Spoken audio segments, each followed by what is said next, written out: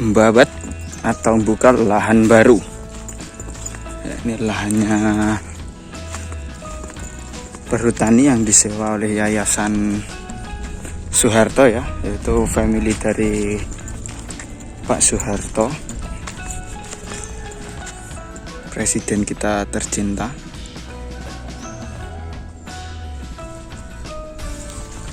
Ini lahannya pas di sebelah timurnya porang saya, sahabat Kifam.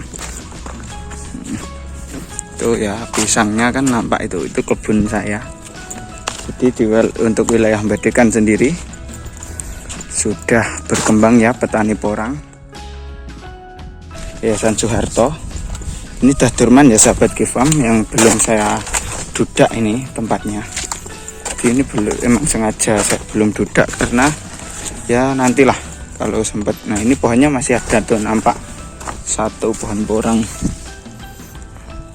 Oh, kataknya ini udah tak panen kemarin, tapi ya masih ada lah sedikit banyak ya.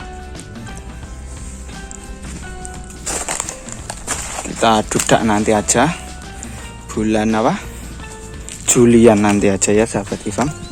Oke, nah, dapat katak lagi, banyak ya katak yang tertinggal ini.